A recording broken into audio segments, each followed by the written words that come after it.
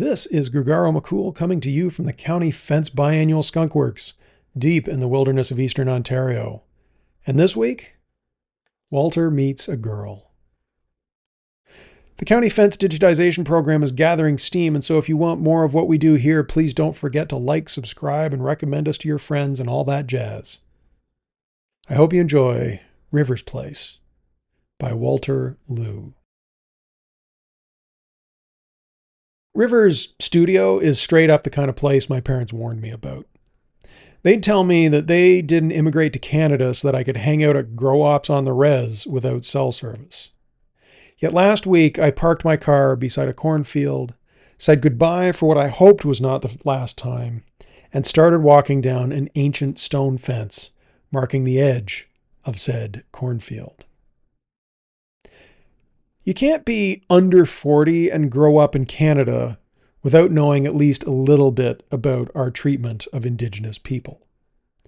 I knew that there was a large and varied population of Indigenous people before Europeans arrived, that the relationships started out all right, but before long there were cutthroat strategies being employed to exterminate Indigenous culture, if not also Indigenous people.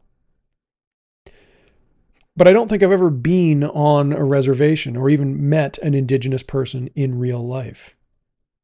If I did, they had very intentionally left the reserve for the city. As I understand it, this is one of the better reserves in Canada to live on.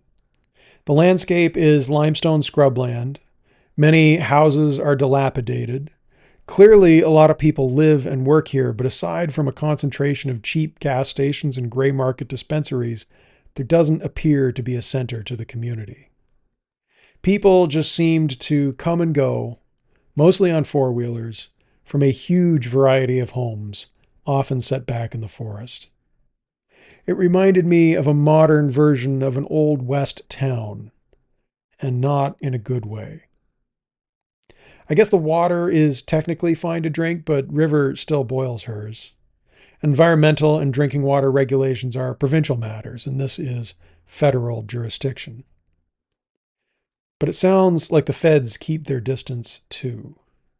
Many see this as sovereign land, and nobody wants trouble. Ever since I moved here, I've been fascinated by how many private roads wind their way deep into the farms and forests to various buildings.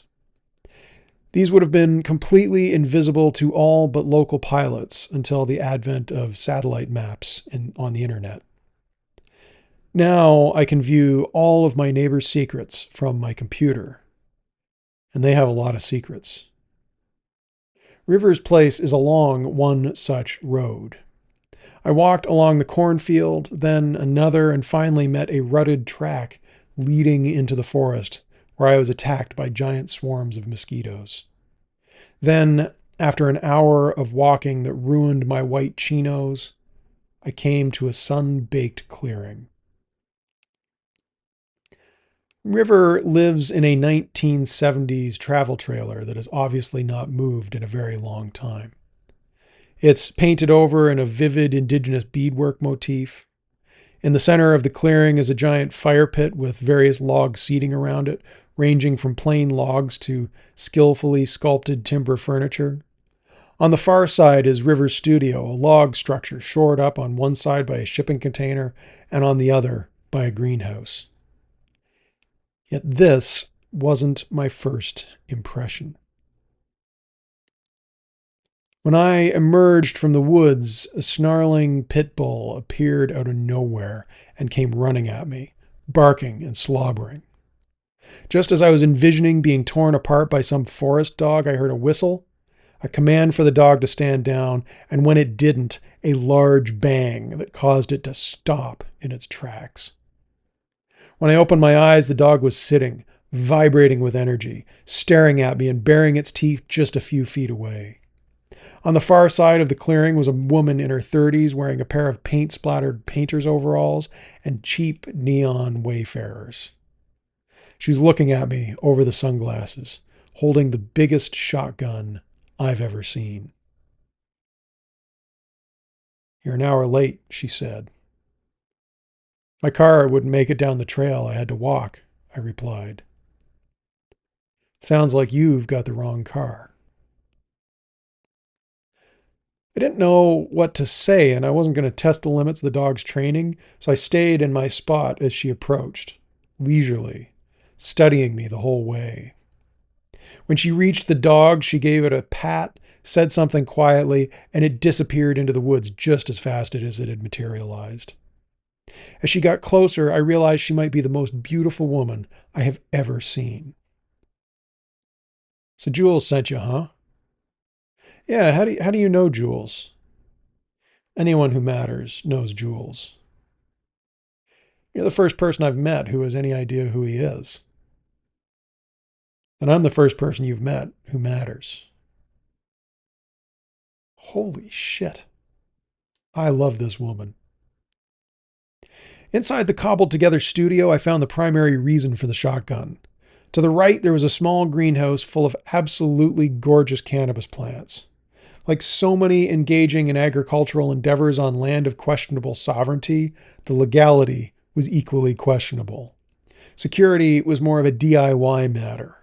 Apparently, art alone doesn't pay the bills, but a small patch of the good stuff could, and Rivers is definitely the good stuff. The center of the building housed a few work tables and a kitchen. Rivers' baking is otherworldly, and she'd built a bright and airy studio space in the shipping container. On the back of the building, there was a small screened porch where she obviously spent most of her time, and one of those easy set pools. She flopped down in an old glider rocker covered in blankets to hide the threadbare upholstery, next to a giant pile of books, and I got comfortable in a folding camp chair. Rivers' art is diverse. She's an accomplished painter, currently working on a novel, a top-notch woodcarver, and handy with a chainsaw. She's also dabbled in beadwork and other traditional indigenous crafts. Indigenous culture has been so thoroughly and systematically destroyed that she has dedicated her life to rebuilding it, regardless of the cost. Holy shit. I knew that one people with a highly structured society, gunpowder, and the ability to cross oceans systematically oppressed the tribal hunter-gatherer societies they found on the other side. I also knew that these hunter-gatherer societies were far more developed and nuanced than those hierarchical colonial thinkers assumed, and the majority of Canadians are only now accepting this. What I did not know is that the local Indigenous people are not indigenous to this area. The original inhabitants were moved elsewhere to make way for this group who fought as loyalists in the American Revolution. River has a print of the treaty between this group and the Crown tacked to the wall of her studio as a reminder that within 5 years, the Crown reneged on the treaty and took back 80% of the land they had promised to these brothers in arms. This is a contributing factor to low real estate prices surrounding the reserve, as buyers lack confidence in their legal claim to land so clearly belonging to the reserve. And after that came the residential schools.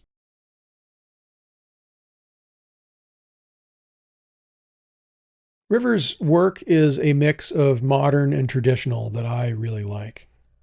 You know how I feel about Cornelius Krieghoff and his fans. Well, River tackles some of the same subject matter with far more nuance and reality. She also paints dream punk pictures of what she hopes the future might hold.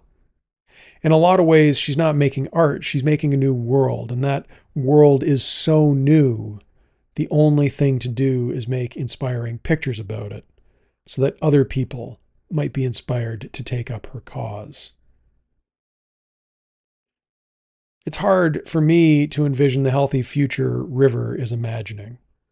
As an immigrant, I've never felt like I had a dog in this fight. My parents moved here before Hong Kong was returned to China, and it's always just felt like a place to live. I only moved to Brownlow because of housing prices. Yet today I realize that in a lot of ways I'm one more in a long line of people migrating here. The clock cannot be turned back. The harm cannot be undone. And the stream of immigrants cannot be blocked. We're all just people migrating around, looking for the most hospitable place we can find to grow our lives in. And it feels like an unstoppable wave. We certainly haven't been able to stop it yet.